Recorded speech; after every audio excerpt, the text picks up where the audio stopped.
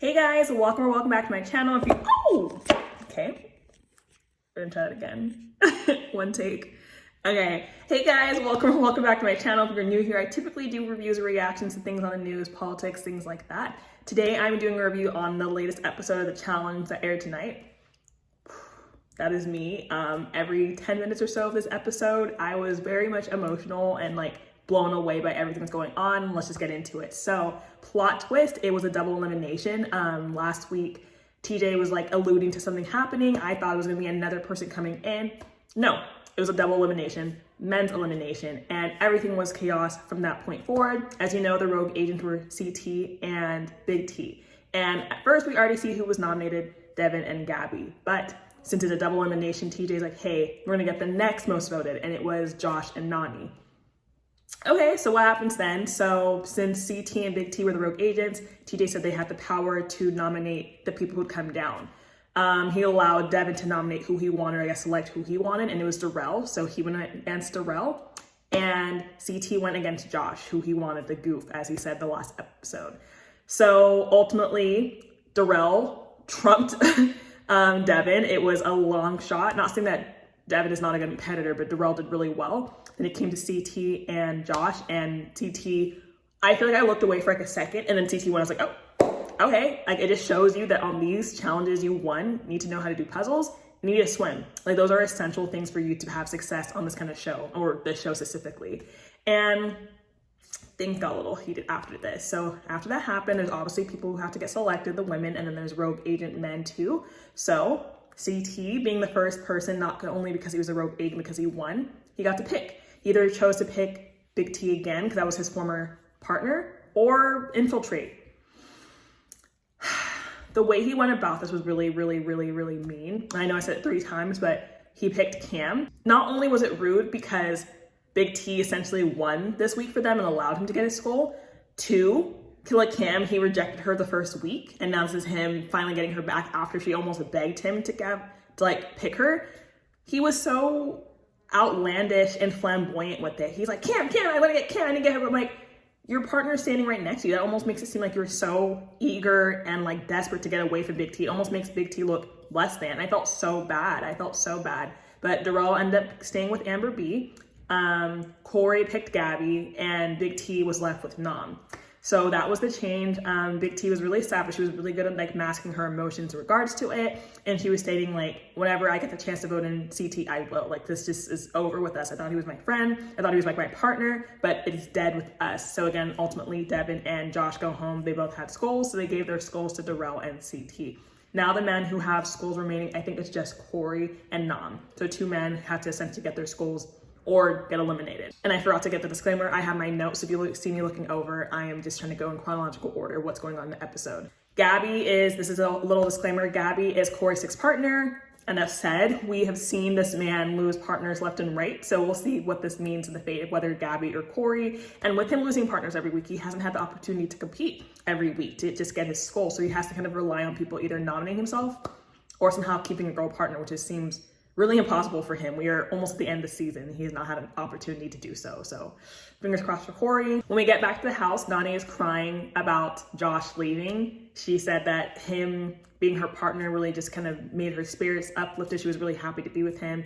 And when she was with Kyle, she was kind of down. And when she finally had Josh, she kind of felt better. And now she doesn't. And she kind of just feels again lost about the situation and doesn't really know how she'll continue. I didn't really know her and Josh were close like that, but again, you can only so much in a TV show. They edit things down, so you kind of miss out on a lot of maybe fundamental things and essential things. Hence Lolo and Nam. I feel like there was a lot we missed in regards to the relationship. I feel like a lot happened to them, but we didn't see it. So I feel like that's Josh and Nany. I did not know they were as close until Nany was crying. I don't know if Josh would react the same way. We'll never know. But Nany is really distraught about it.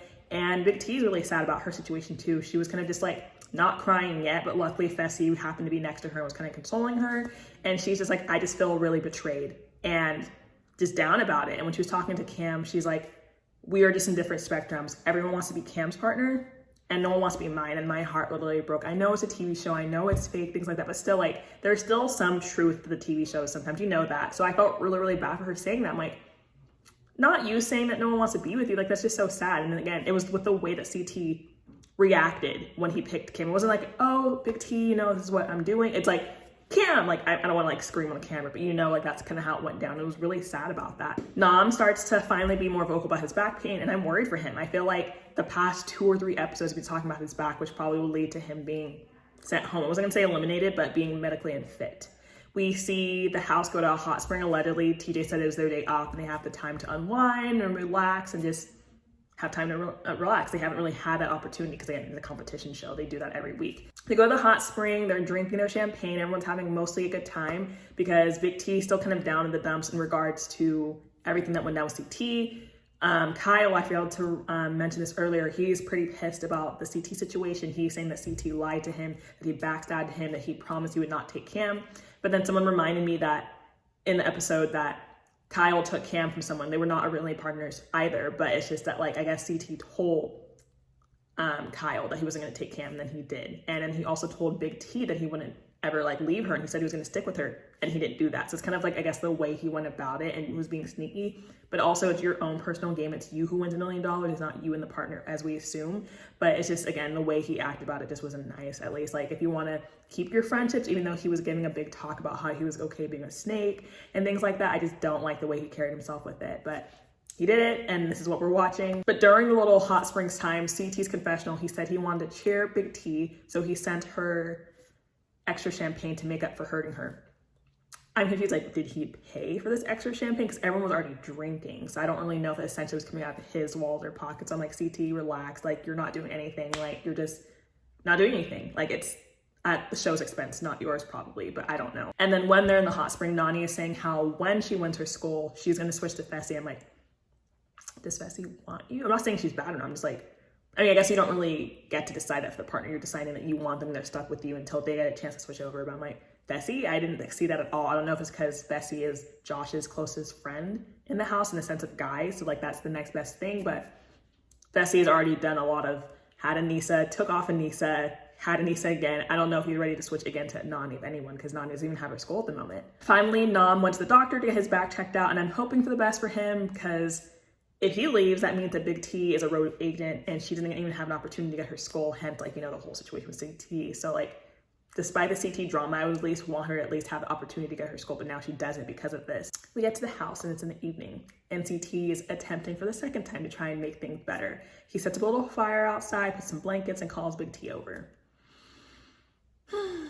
So he calls her over and he's like, hey, I just wanted to talk to you about everything, and I want to let you start out first and, like, give everything to me, like, let me have it. And she's crying and she's saying she feels broken about it. She says he made her feel less than. She thought they were friends. They thought they were a good partnership. Like, you lied to me, like, you used me. And, like, he was letting her say that and then was like, I didn't do that. I just want to let you know, like, you weren't ready for the final. I'm sorry, CT, are you, like, the decider of who can go in or not? I know he's a competitor. I know he's a challenge winner. I know he's, like, one of the greats or the greatest of, like, this show, but, like, you don't tell someone that. You're not the decider of that. So imagine someone who was your partner for a few weeks and she thought you were her friend and you tell her if she's not ready for that. Like, it makes you feel less than. And imagine you were trying to give an apology, but then you tell someone that. Like, what do you expect the reaction's going to be? Because eventually they both started to get heated and going back and forth. And I said, CT, you just shot yourself in the foot. Like, I wish that, I don't know actually what I wish. I just don't like how he went about that. I felt really, really bad for her, and she was just so down, and he was saying something about her spirit being broken, and then, like, she's like, that's not what it is, like, you hurt my friendship, like, we're not friends now, like, there's no salvaging this. And in her confessional, and I think to Gabby, she's like, every chance I get moving forward, if I'm in the show the same season as him, I'm going to be nominating him. Like, yeah, like, he did her dirty. I feel so bad. Like, he really seemed like he was genuine about their friendship and, like, actually enjoying her the past episodes. I know she's no Killer Kim. I know she's no Lolo, like, as an individual competitor, but, like, to tell her she's not ready, that's just the entitlement. Again, I know he's CT, and I know, like, if you've been watching the show, people might feel like he's entitled to do it, but it's just rude. I just don't like how he went about it. I didn't want to see her cry because it made me feel really bad. And then Nam comes back from the hospital. He states that he had a huge ass injection, so now it's like, what does that mean? Like, can that fix him, or is that just kind of dumbing the pain for the temporary situation? It's just kind of hard to predict. Next, we see the skull on the wall start to light up. That signifies that the challenge of the week is going to happen. And then we're like, oh, I thought the challenge wasn't happening after all the relaxingness of that's not a word, but, you know, the hot spring and, like, it's daylight. Now it's nighttime. Like, what does that mean? We get to the challenge and TJ brings the bad news. Nam is medically unfit and needs to be sent home. Nam is distraught because imagine like this is his first time, and it's not even like he left because he was eliminated and he like didn't win. He left because he was injured, and like no one wants to leave on that note. It's always really sad when people leave due to that because like you've gone so far. Yes, he didn't have a school yet, but like he had so much fight left to give, I think. So he left really sad. Big T, I feel really bad for her as well because not only did she lose her partner, she lost her ability to compete this week, which means she can't even compete to try and get a skull. So CT just really after over. I'm not saying this is due to CT, it's just it really sucks because regardless, either way, Nam probably would have went home regardless of who his partner was, but there's only so many skulls left. Like we're at the end. So we don't get to see the challenge though, but we do see that the people who are competing in it are handcuffed to each other in a cage. And like, it looks like there's some kind of liquid that's gonna be gross. You know, they love having their gross challenges, whether that's eating pig insides or feet or things like that. Who knows what the drink is? But again, that was just the trailer for the next week. And that was my review of this episode. Definitely a lot of emotions and just sheesh, like, oh my God, but the season's winding down. Let me know what you guys think and who you think is gonna win. But see you next time, bye.